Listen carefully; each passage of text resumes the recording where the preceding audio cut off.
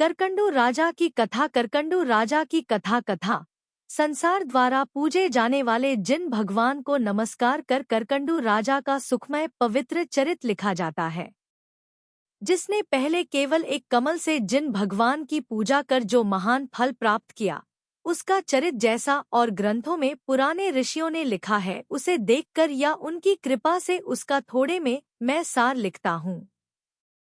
नील और महानील तेरपुर के राजा थे। तेरपुर कुंतल देश की राजधानी थी।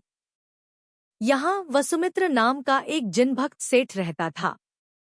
सेठानी वसुमती उसकी स्त्री थी।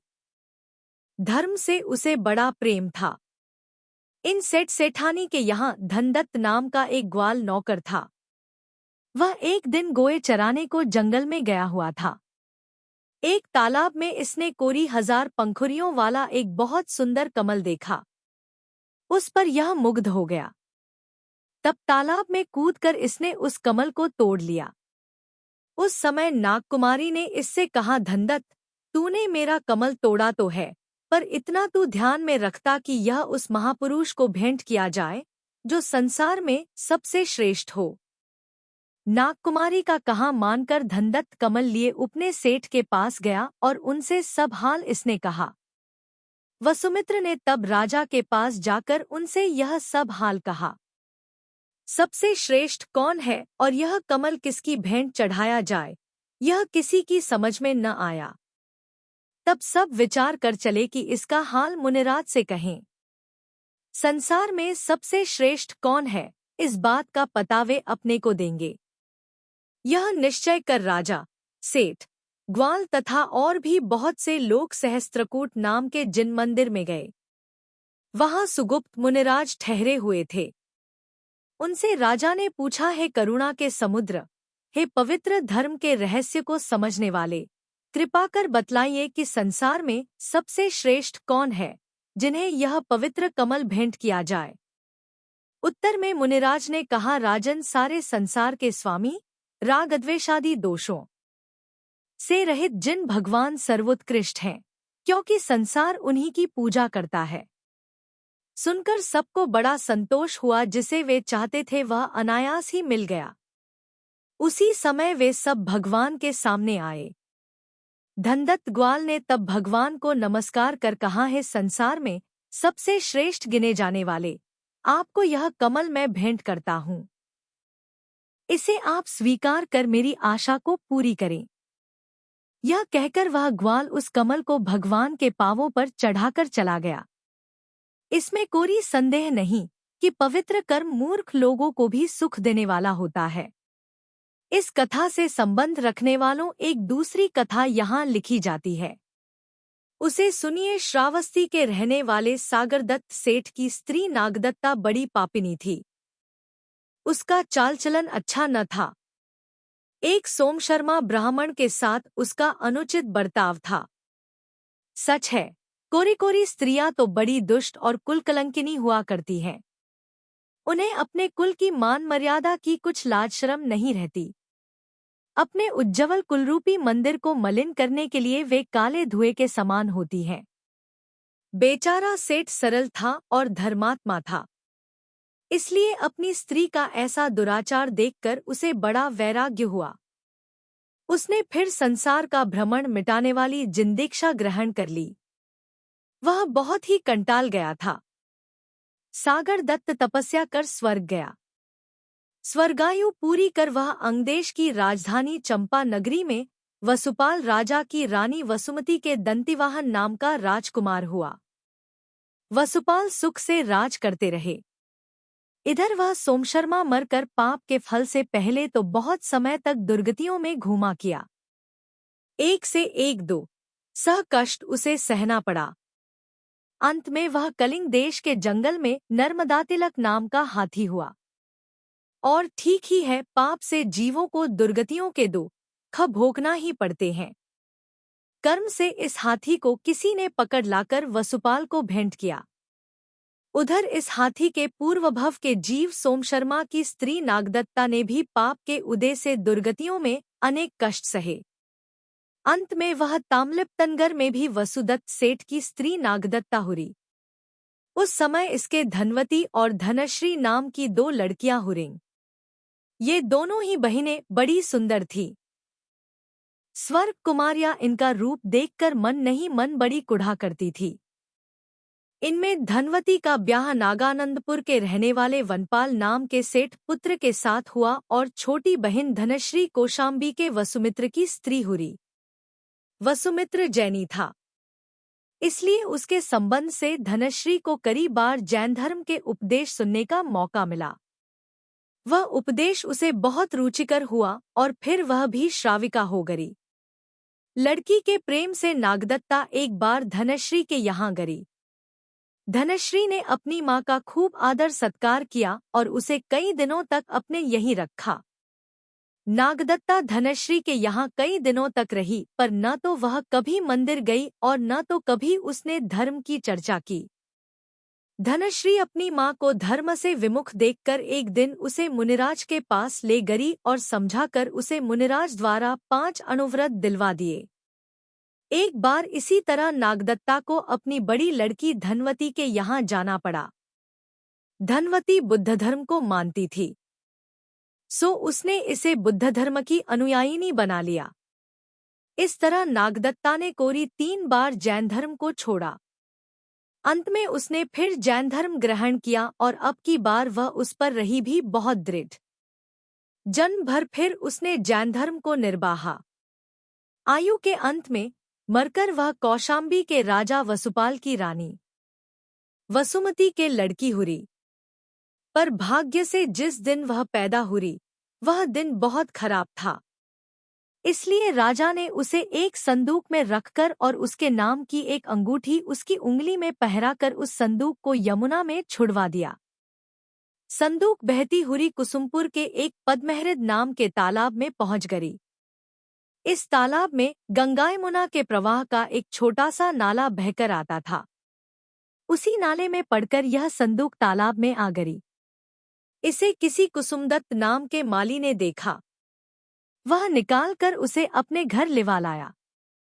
संदूक को खोलकर उसने देखा तो उसमें से यह लड़की निकली।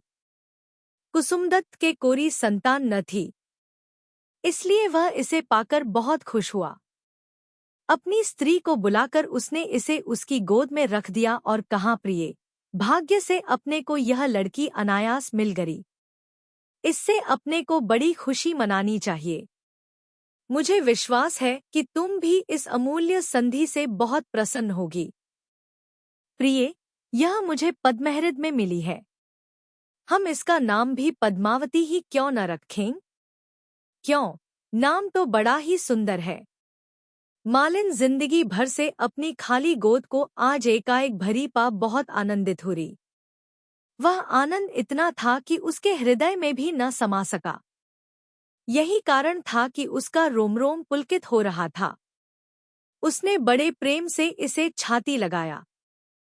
पद्मावती इस समय कोरी 13-14 वर्ष की है। उसके सुकोमल, सुगंधित और सुंदर यौवनरूपी फूल की कलियां कुछ कुछ खिलने लगी हैं। ब्रह्मा ने उसके शरीरा के लावण्य सुधाधारा से सींचना शुरू कर दिया है। वह अब थोड़े ही दिनों में स्वर्ग की देव कुमारियों से भी अधिक सुंदरता लाभ कर ब्रह्मा को अपनी सृष्टि का अभिमानी बनावेगी। लोग स्वर्गीय सुंदरता की बड़ी प्रशंसा करते हैं। ब्रह्मा को उनकी इस थोथी तारीफ से बड़ी डाह है, इसलिए कि इससे उसकी रचना सुंदरता में कमी आती है और उस कर्मों से इस नीचा देखना पड़ता है। ब्रह्मा ने सर्वसाधारण के इस भ्रम को मिटाने के लिए कि जो कुछ सुंदरता है वह स्वर्ग ही में है, मानो पद्मावती को उत्पन्न किया है। इसके सिवा इन लोगों की झूठी प्रशंसा से जो अपरांगनाएं अभिमान के ऊंचे पर्वत पर चढ़कर सारे संसार के अपने सुंदरता की तुलना में ना कुछ चीज समझ बैठी हैं, उनके इस गर्व को चूर चूर करना है। इन्हीं सब अभिमान, ईर्ष्या, मत्सर आदि के वश हो ब्रह्मा पद्मावती को त्रिभुवन सुंदर बनाने में विशेष यत्नशील हैं। इसमें तो कोई संदेह नहीं कि पद्मावती कुछ दिनों बाद तो ब्रह्मा की सब तरह आश पूरी करेगी ही। पर इस समय भी इसका रूप सौंदर्य इतना मनोमधुर है कि उसे देखते ही रहने की इच्छा होती है। प्रयत्न करने पर भी आंखें उस ओर से हटना पसंद नहीं करती। अस्तु। पद्मावती की इस अनिंद्य सुंदरता का समाचार किसी ने चंपा के राजा दंतिवाहन को कह दिया। दंतिवाहन इसकी सुंदरता की तारीफ सुनकर कुसुमपुर आए। पद्मावती को एक माली की लड़की को इतनी सुंदरी, इतनी तेजस्विनी देखकर उसके विषय में उन्हें कुछ संदेह हुआ। उन्होंने तब उस माली को बुलाकर पूछा, सच कह, यह लड़की तेरी ही है क्या? और यदि तेरी नहीं तो इसे कहाँ से और कैसे लाया? माली डर गया। उससे राजा के सवालों का कुछ उत्तर देते न बना। सिर्फ उसने इतना ही किया कि जिस संदूक में पद्मावती निकली थी उसे राजा के सामने ला रख दिया और कह दिया कि महाराज, मुझे अधिक तो कुछ मालूम नहीं, पर यह लड़की इस संदूक में से निकली थी।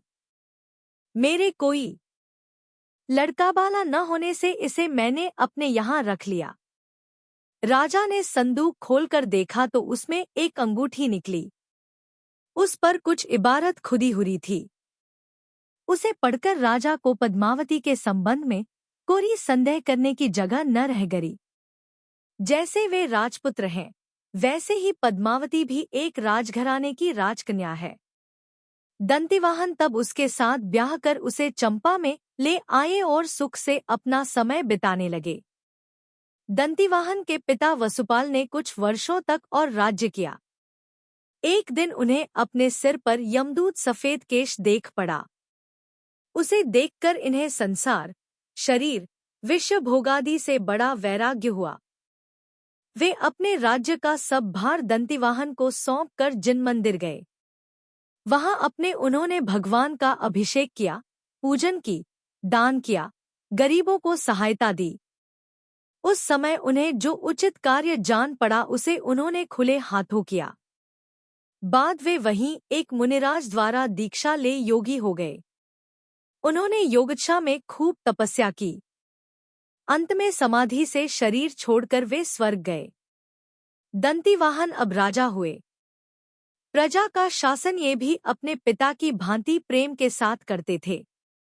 धर्म पर इनकी भी पूरी श्रद्धा थी। पद्मावती सी त्रिलोक सुंदरी को पाए अपने को कृतार्थ मानते थे। दोनों दंपत्ति सदा बड़े हंसमुख और प्रसन्न रहते थे। सुख की इन्हें चाह नहीं थी, पर सुख ही इनका गुलाम बन रहा था। एक दिन सती पद्मावती ने स्वप्न में सिंह, हाथी और सूरज को देखा। सबेरे उठकर उसने अपने प्राणनाथ से इस स्वप्न का हाल कहा।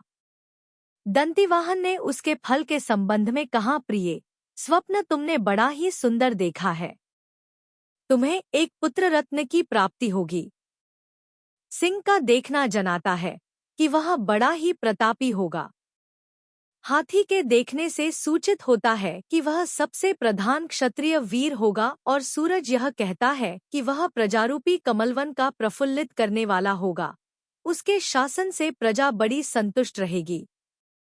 अपने स्वामी द्वारा स्वप्न का फल सुनकर पद्मावती को अत्यंत प्रसन्नता हुई।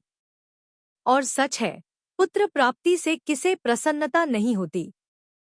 पाठकों को तेरपुर के रहने वाले धनदत्त ग्वाल का स्मरण होगा, जिसने कि 1000 पोखरियों का कमल भगवान को चढ़ाकर बड़ा पुण्यबंध किया था। उसी की कथा फिर लिखी जाती है। धनदत्त को तैरने का बड़ा शौक था।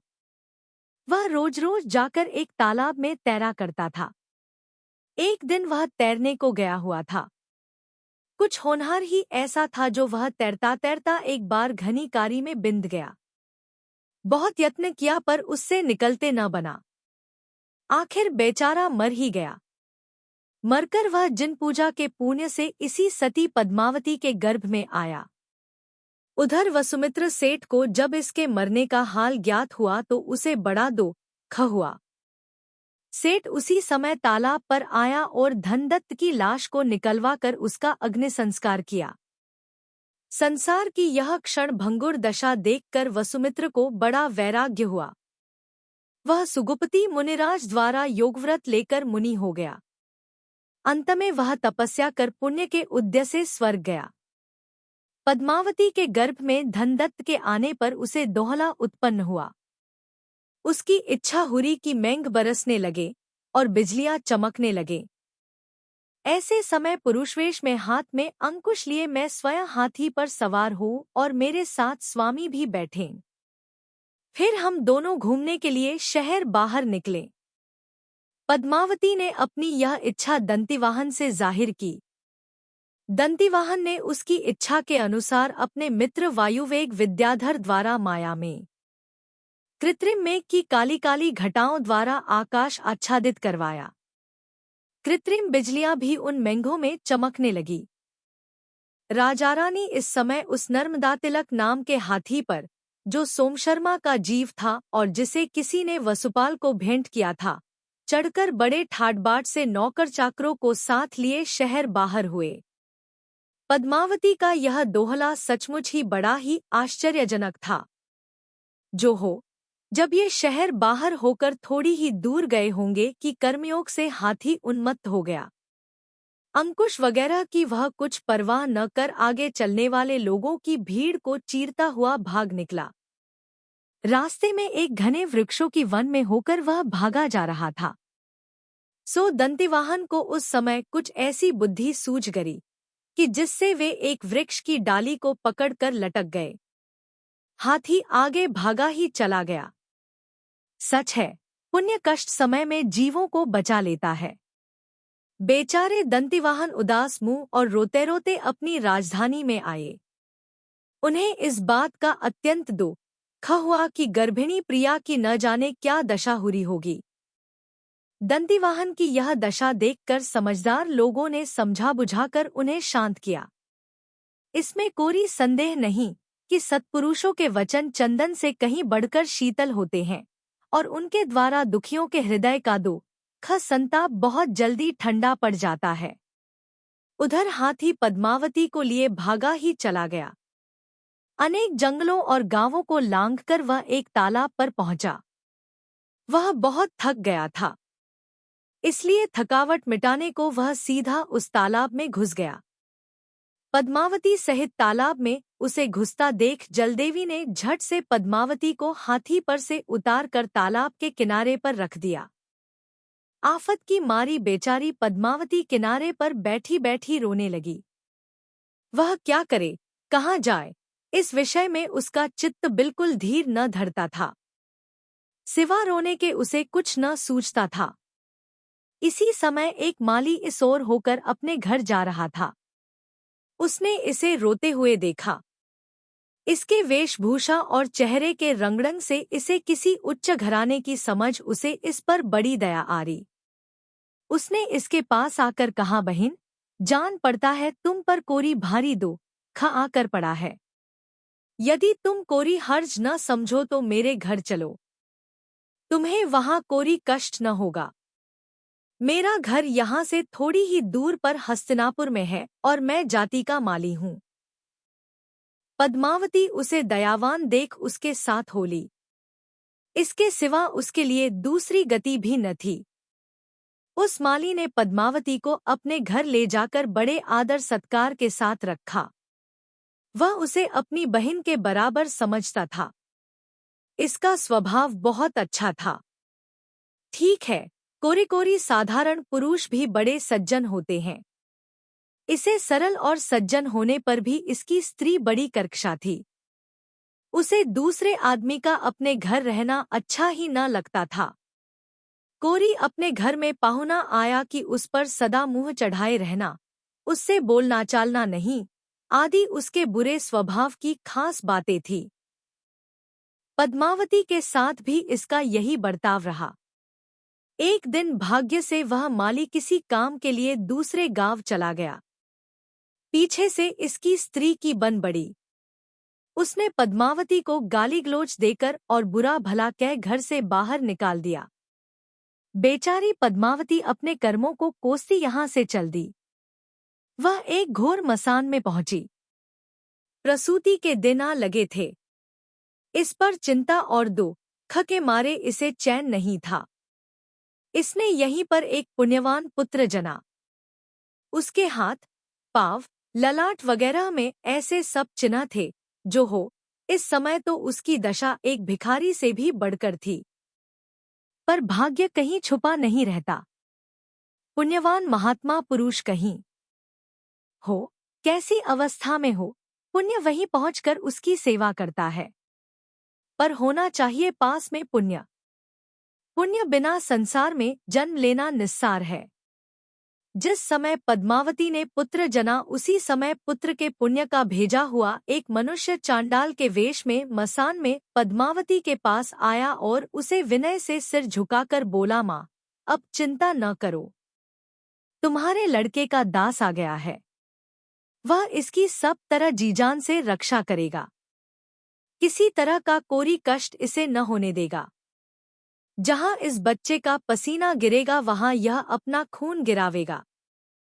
आप मेरी मालकिन हैं। सब भार मुझ पर छोड़ आप निश्चिंत होइए।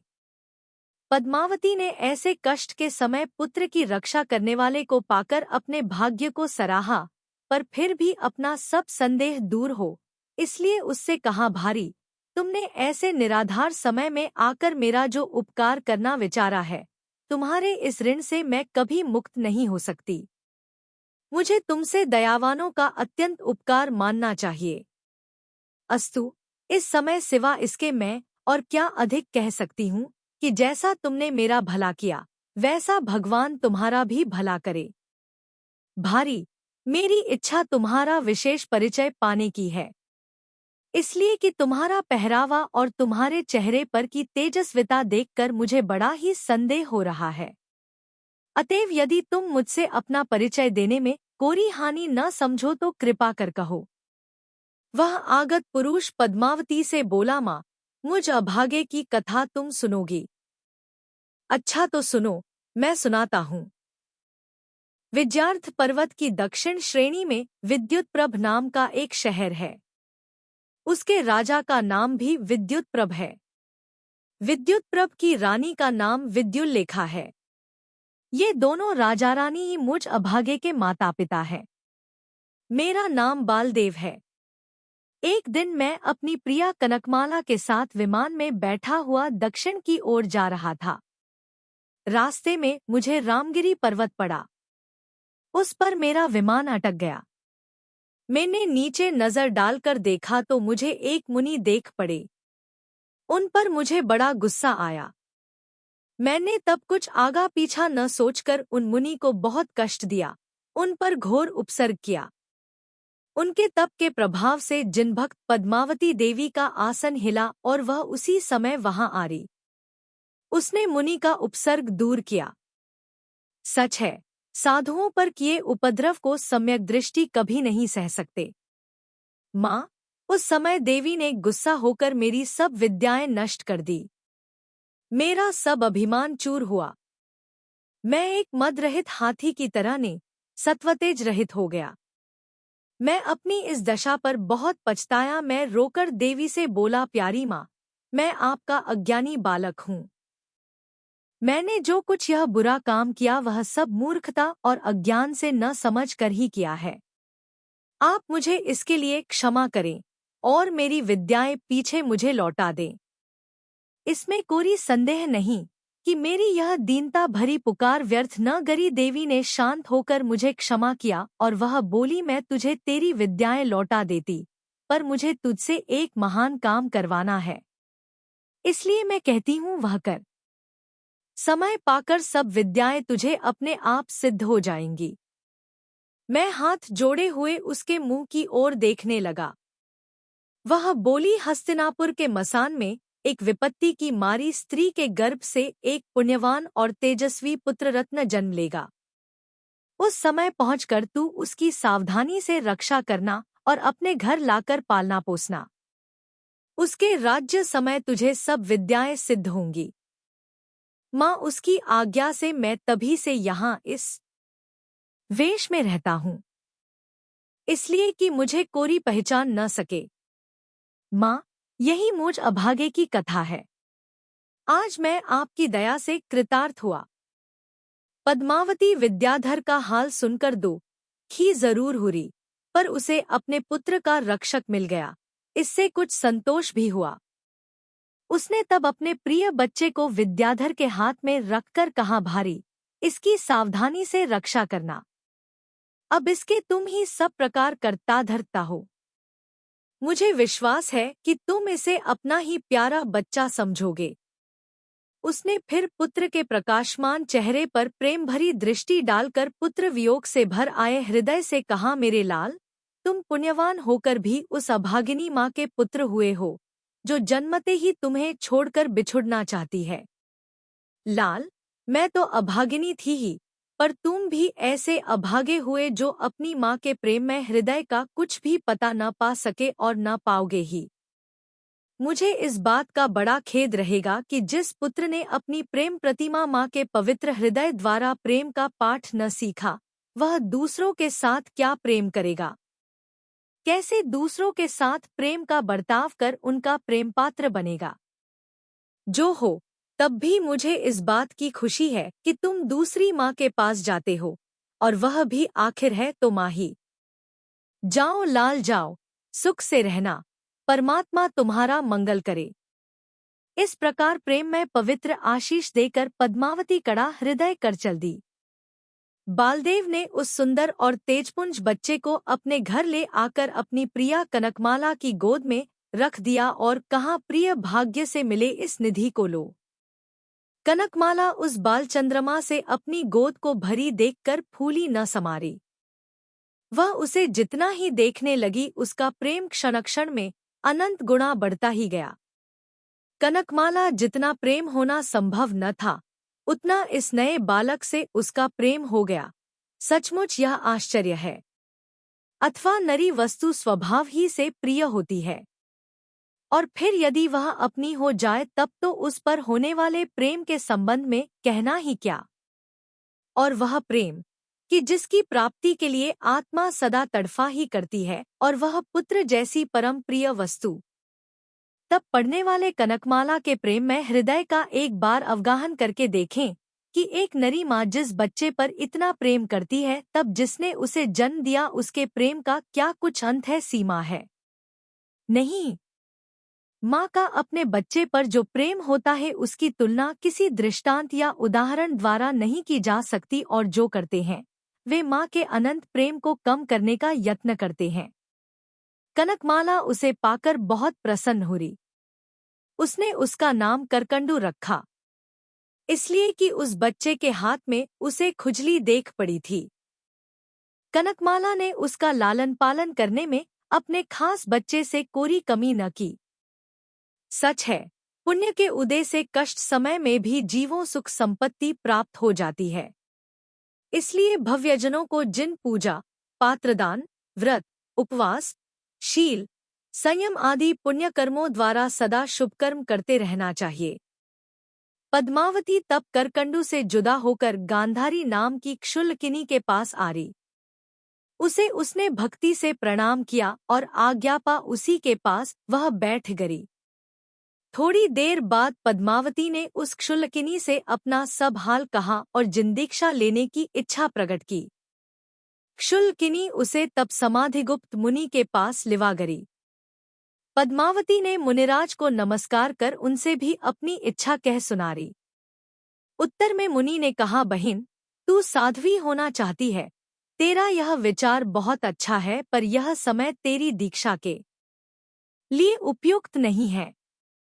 कारण तूने पहले जन्म में नागदत्ता की पर्याय में जिनव्रत को 3 बार ग्रहण कर तीनों बार ही छोड़ दिया था, और फिर चौथी बार ग्रहण कर तू उसके फल से राजकुमारी हुई। तूने 3 बार व्रत छोड़ा, उससे तुझे तीनों बार ही दुख उठाना पड़ा। तीसरी बार का कर्म कुछ और बचा है। वह जब शांत हो जाए और इस बीच में तेरे पुत्र को भी राज्य मिल जाए, तब कुछ दिनों तक राज्य सुख भोग कर फिर पुत्र के साथ साथ ही तू भी साध्वी होना। मुनि द्वारा अपना भविष्य सुनकर पद्मावती उन्हें नमस्कार कर उस क्षुल्लकिनी के साथ साथ चली गई। अब से वह पद्मावती उसी के पास रहने लगी। इधर करकंडू बालदेव के यहाँ दिनोंदिन बढ़ने लगा। जब उसकी पढ़ने की उम्र हुई तब बालदेव ने अच्छे अच्छे विद्वान अध्यापकों को रखकर उसे पढ़ाया। करकंडू पुण्य के उदय से थोड़े ही वर्षों में पढ़ लिख कर अच्छा होशियार हो गया।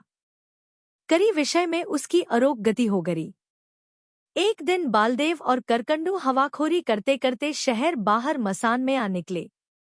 ये दोनों एक अच्छी जगह बैठकर मसान भूमि की लीला देखने लगे। इतने में जयभद्र मुनिराज अपने संग को लिए इसी मसान में आकर ठहरे। यहाँ एक नरकपाल पड़ा हुआ था। उसके मुंह और आंखों के 3 छेदों में 3 बांस उग रहे थे। उसे देखकर एक मुनि ने विनोद से अपने गुरु से पूछा, भगवन, यह क्या कौतुक है जो इस नरकपाल में 3 बांस उगे हुए हैं? तपस्वी मुनि ने उसके उत्तर में कहा, इस हस्तिनापुर का जो नया राजा होगा, इन बांसों के उसके लिए अंकुश, छत्र, इन वगैरह बनेंगे। जयभद्राचार्य द्वारा कहे गए इस भविष्य को किसी एक ब्राह्मण ने सुन लिया। अतः वह धन की आशा से इन बांसों को उखाड़ लाया। उसके हाथ से इन्हें करकंडू ने खरीद लिया। सच है, मुनि लोग जिसके संबंध में जो बात कह देते हैं वह फिर होकर ही रहती है। उस समय हस्तिनापुर का राजा बलवाहन था। इसके कोई संतान न थी। इसकी मृत्यु हो गई। अब राजा किसको बनाया जाए, इस विषय की चर्चा चली। आखिर यह निश्चय पाया कि महाराज का खास हाथी जल भरा सुवर्णकलश देकर छोड़ा जाए। वह जिसका अभिषेक कर राज सिंहासन पर ला बैठा दे वही इस राज्य का मालिक हो। ऐसा ही किया गया। हाथी राजा को ढूंढने को निकला। चलता चलता वह करकंडू के पास पहुंचा। वही इसे अधिक पुण्यवान देख पड़ा। उसी समय उसने करकंडू का अभिषेक कर उसे अपने ऊपर चढ़ा लिया और राज्य सिंहासन पर ला रख दिया। सारी प्रजा ने उस तेजस्वी करकंडू को अपना मालिक हुआ देख खूब जय जयकार मनाया और खूब आनंद उत्सव किया। करकंडू के भाग्य का सितारा चमका। वह राजा हुआ। सच है, जिन भगवान की पूजा के फल से क्या क्या प्राप्त नहीं होता। करकंडू को राजा होते ही बालदेव को उसकी नष्ट हुई विद्याएं फिर सिद्ध हो गईं। उसे उसकी सेवा का मनचाहा फल मिल गया। इसके बाद ही बालदेव विद्या की सहायता से करकंडू की खास मां पद्मावती जहाँ थी वहां गया और उसे करकंडू के पास लाकर उसने दोनों को बड़ी नम्रता से प्रणाम कर अपनी राजधानी में चला गया। करकंडू के राजा होने पर कुछ राजे लोग उससे विरुद्ध होकर लड़ने को तैयार हुए, पर करकंडू ने अपनी बुद्धिमानी और राजनीति की चतुरता से सबको अपना मित्र बनाकर देश भर में शत्रु का नाम भी न रहने दिया। वह फिर सुख से राज्य करने लगा। करकंडू को इस बात का पता था कि दंतिवाहन मेरे पिता होते हैं। यही कारण था कि दंतिवाहन को इस नए राजा का प्रताप सहन नहीं हुआ। उन्होंने अपने एक दूत को करकंडू के पास भेजा। दूत ने आकर करकंडू से प्रार्थना की, राजाधिराज दंतिवाहन मेरे द्वारा आपको आज्ञा करते हैं कि यदि राज्य आप सुख से करना चाहते हैं तो उनकी आप अधीनता स्वीकार करें। ऐसे किए बिना किसी देश के किसी हिस्से पर आपकी सत्ता नहीं रह सकती। करकंडू एक तेजस्वी राजा और उस पर एक दूसरे की सत्ता, सचमुच करकंडू के लिए यह आश्चर्य की बात थी। उसे दंतिवाहन की इस दुष्टता पर बड़ा क्रोध आया। उसने तेज आंखें कर दूत की ओर देखा और उससे कहा, यदि तुम्हें अपनी जान प्यारी है तो तुम यहाँ से जल्दी भाग जाओ। तुम दूसरे के नौकर हो, इसलिए मैं तुम पर दया करता हूँ। नहीं तो तुम्हारी इस दुष्टता का फल तुम्हें मैं अभी ही बता देता। जाओ और अपने मालिक से कह दो कि वह रणभूमि में आकर तैयार रहे। मुझे जो कुछ करना होगा मैं वही करूँगा। दूत ने जैसे ही करकंडू की आंखें चढ़ी देखीं, वह उसी समय डरकर राज्य दरबार रवाना हो गया। कुछ दिनों बाद दंतिवाहन ने अपने पुत्र का विवाह समारंभ किया। उसमें उन्होंने खूब खर्च कर बड़े वैभव के साथ करकंडू का कोरी 8,000 राजकुमारियों के साथ विवाह किया। ब्याह के बाद ही दंतिवाहन राज्य का भार सब करकंडू के जिम्मे कर आप अपनी प्रिया पद्मावती के साथ सुख से रहने लगे। सुखचैन से समय बिताना उन्होंने अब अपना प्रधान कार्य रखा। इधर करकंडू राज्य शासन करने लगा। प्रजा को उसके शासन की जैसी आशा थी, करकंडू ने उससे कहीं बढ़कर धर्मज्ञता, नीति और प्रजाप्रेम बतलाया। प्रजा को सुखी बनाने में उसने कोरी बात उठा न रखी। इस प्रकार वह अपने पुण्य का फल भोगने लगा। एक दिन समय देख मंत्रियों ने करकंडू से निवेदन किया, महाराज, चेरम, पांड्य और चोल आदि राजे चिर समय से अपने अधीन हैं, पर जान पड़ता है उन्हें इस समय कुछ अभिमान ने आ घेरा है। वे मान पर्वत का आश्रय पा अब स्वतंत्र से हो रहे हैं। राजकर वगैरह भी अब वे नहीं देते, इसलिए उन पर चढ़ाई करना बहुत आवश्यक है। इस समय ढील कर देने से संभव है थोड़े ही दिनों में शत्रुओं का जोर अधिक बढ़ जाए। इसलिए इसके लिए प्रयत्न कीजिए कि वे ज्यादा सिर न चढ़ पावें, उसके पहले ही ठीक ठिकाने आ जाए। मंत्रियों की सलाह सुन और उसे विचार कर पहले करकंडू ने उन लोगों के पास अपना दूत भेजा। दूत अपमान के साथ लौट आया। करकंडू ने जब सीधी तरह सफलता प्राप्त न होती देखी तब उसे युद्ध के लिए तैयार होना पड़ा। वह सेना को लिए युद्धभूमि में जा डटा। शत्रु लोग भी चुपचाप न बैठकर उसके सामने हुए। दोनों ओर की सेना की मुठभेड़ हो गई। घमासान युद्ध हुआ। दोनों ओर के हजारों वीर काम आए। अंत में करकंडू की सेना के युद्धभूमि से पांव उखड़े। यह देख करकंडू स्वयं युद्धभूमि में उतरा। बड़ी वीरता से वह शत्रुओं के साथ लड़ा। इस नरी उम्र में उसकी इस प्रकार वीरता देखकर शत्रुओं को दांतों तले उंगली दबानी पड़ी। विजयश्री ने करकंडू को ही वरा। जब शत्रु राजे आकर इसके पांव पड़ने लगे और इसकी नजर उनके मुकुटों पर पड़ी तो देखकर यह एक साथ हतप्रभ हो गया और बहुत बहुत पश्चाताप करने लगा कि हाय, मुझ पापी ने यह अनर्थ क्यों किया। न जाने इस पाप से मेरी क्या गति होगी। बात यह थी कि उन राजों के मुकुटों में जिन भगवान की प्रतिमाएं खुदी हुई थी और वे सब राजे जैनी थे। अपने धर्मबंधुओं को जो उसने कष्ट दिया और भगवान का अविनय किया उसका उसे बेहद दुख हुआ। उसने उन लोगों को बड़े आदर भाव से उठाकर पूछा, क्या सचमुच आप जैन धर्मी हैं? उनकी ओर से संतोषजनक उत्तर पाकर उसने बड़े कोमल शब्दों में उसने कहा, महानुभावों, मैंने क्रोध से अंधे होकर जो आपको यह व्यर्थ कष्ट दिया, आप पर उपद्रव किया, इसका मुझे अत्यंत दुख है। मुझे इस अपराध के लिए आप लोग क्षमा करें। इस प्रकार उनसे क्षमा कराकर उनको साथ लिए वह अपने देश रवाना हुआ। रास्ते में तेरपुर के पास इनका पड़ाव पड़ा। इसी समय कुछ भीलों ने आकर नम्रमस्तक से इनसे प्रार्थना की, राजाधिराज, हमारे तेरपुर से 2 कोस दूरी पर एक पर्वत है। उस पर एक छोटा सा धाराशिव नाम का गांव बसा हुआ है। इस गांव में एक बहुत बड़ा ही सुंदर और भव्य जिन मंदिर बना हुआ है। उसमें विशेषता यह है कि उसमें कोरी 1000 खंभे हैं। वह बड़ा सुंदर है। उसे आप देखने को चलें। इसके सिवा पर्वत पर एक यह आश्चर्य की बात है कि वहां बावी है। एक हाथी रोज रोज अपनी सूंड में थोड़ा सा पानी और एक कमल का फूल लिए वहां आता है और उस बावी की परिक्रमा देकर वह पानी और फूल उस पर चढ़ा देता है। इसके बाद वह उसे अपना मस्तक नवाकर चला जाता है। उसका यह प्रतिदिन का नियम है। महाराज, नहीं जान पड़ता कि इसका क्या कारण है। करकंडू भीलों द्वारा यह शुभ समाचार सुनकर बहुत प्रसन्न हुआ। इस समाचार को लाने वाले भीलों को उचित इनाम देकर वह स्वयं सबको साथ लिए उस कौतुकमय स्थान को देखने गया। पहले उसने जिन मंदिर जाकर भक्तिपूर्वक भगवान की पूजा की, स्तुति की।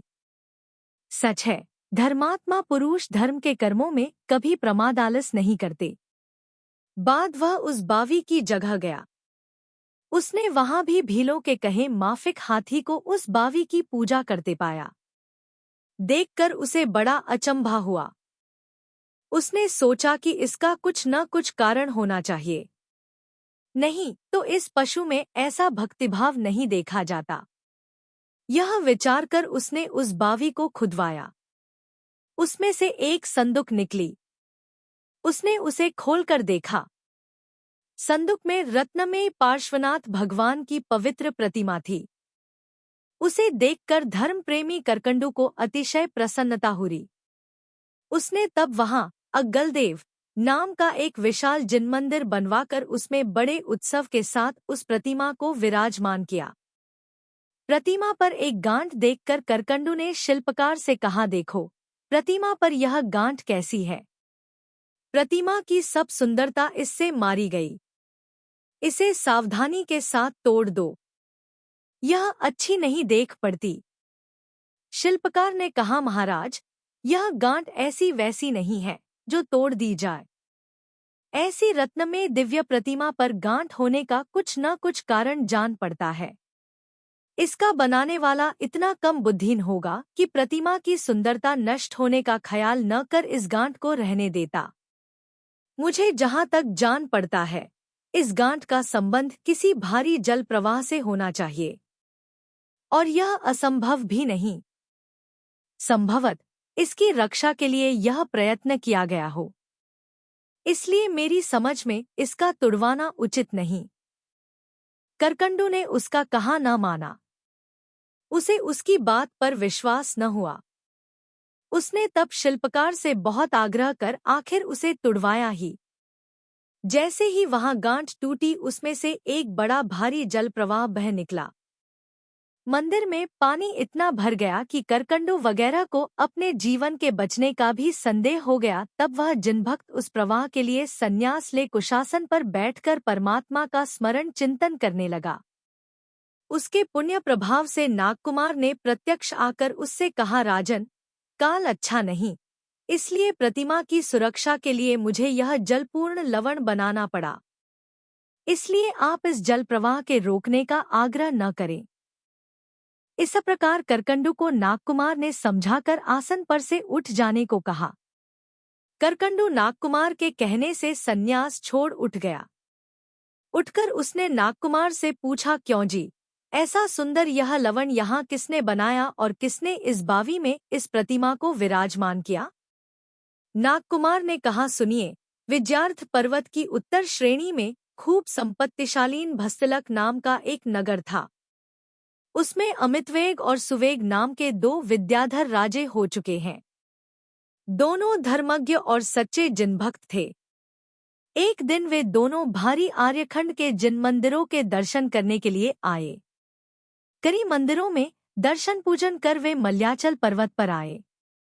यहाँ घूमते हुए उन्होंने पार्श्वनाथ भगवान की इस रत्नमयी प्रतिमा को देखा। इसके दर्शन कर उन्होंने इसे एक संदूक में बंद कर दिया और संदूक को एक गुप्त स्थान पर रखकर वे उस समय चले गए। कुछ समय बाद वे पीछे आकर उस संदूक को कहीं अन्यत्र ले जाने के लिए उठाने लगे, पर संदूक अब की बार उनसे न उठी। तब तेरपुर जाकर उन्होंने अवधिज्ञानी मुनिराज से सब हाल कहकर संदूक के न उठने का कारण पूछा। मुनि ने कहा, सुनिए, यह सुखकारिणी संदूक तो पहले लवण के ऊपर दूसरा लवण होगा। मतलब यह कि यह सुवेग आर्त ध्यान से मरकर हाथी होगा। वह इस संदूक की पूजा किया करेगा। कुछ समय बाद करकंडू राजा यहाँ आकर इस संदूक को निकालेगा और सुवेग का जीव हाथी तब संन्यास ग्रहण कर स्वर्ग गमन करेगा। इस प्रकार मुनि द्वारा इस प्रतिमा की चिरकाल तक अवस्थिति जानकर उन्होंने मुनि से फिर पूछा, तो प्रभु, इस लवण को किसने बनाया? मुनिराज बोले, इसी विद्यार्थ के दक्षिण श्रेणी में बसे हुए रत्नूपुर में नील और महानील नाम के दो राजे हो गए हैं। शत्रुओं के साथ युद्ध में विद्या, धन, राज्य वगैरह सब कुछ नष्ट हो गया। तब वे इस मल्य पर्वत पर आकर बसे। यहाँ वे कई वर्षों तक आराम से रहे। दोनों भारी बड़े धर्मात्मा थे। उन्होंने यह लवण बनवाया। पुण्य से उन्हें उनकी विद्याएं फिर प्राप्त हो गईं। तब वे पीछे अपनी जन्मभूमि रत्नूपुर चले गए। इसके बाद कुछ दिनों तक वे दोनों और गृह संसार में रहे। फिर दीक्षा लेकर दोनों भारी साधु हो गए। अंत में तपस्या के प्रभाव से वे स्वर्ग गए। इस प्रकार सब हाल सुनकर बड़ा भारी अमितवेग तो उसी समय दीक्षा लेकर मुनि हो गए और अंत में समाधि से मरकर ब्रह्मोत्तर स्वर्ग में महर्धिक देव हुआ। और सुवेग अमितवेग का छोटा भारी आर्तध्यान से मरकर यह हाथी हुआ। सो ब्रह्मोत्तर स्वर्ग के देखने पूर्व जन्म के भातृप्रेम के वश ही आकर इसे धर्मोपदेश किया, समझाया। उससे इस हाथी को जातिस्मरण ज्ञान हो गया। इसने तब अनुव्रत ग्रहण किए। तभी से यह इस प्रकार शांत रहता है और सदा इस बावी की पूजन किया करता है। तुमने बावी तोड़कर जब से उसमें से प्रतिमा निकाल ली तभी से हाथी संन्यास लिए यहीं रहता है। और राजन, आप पूर्वजन्म में इसी तेरपुर में ग्वाल थे। आपने तब एक कमल के फूल द्वारा जिन भगवान की पूजा की थी, उसी के फल से इस समय आप राजा हुए हैं। राजन, यह जिन पूजा सब पुण्य कर्मों में उत्तम पुण्य कर्म है, यही तो कारण है कि क्षणमात्र में इसके द्वारा उत्तम से उत्तम सुख प्राप्त हो सकता है। इस प्रकार करकंडू को आदि से इति पर्यंत सब हाल कहकर और धर्म प्रेम से उसे नमस्कार कर नागकुमार अपने स्थान चला गया।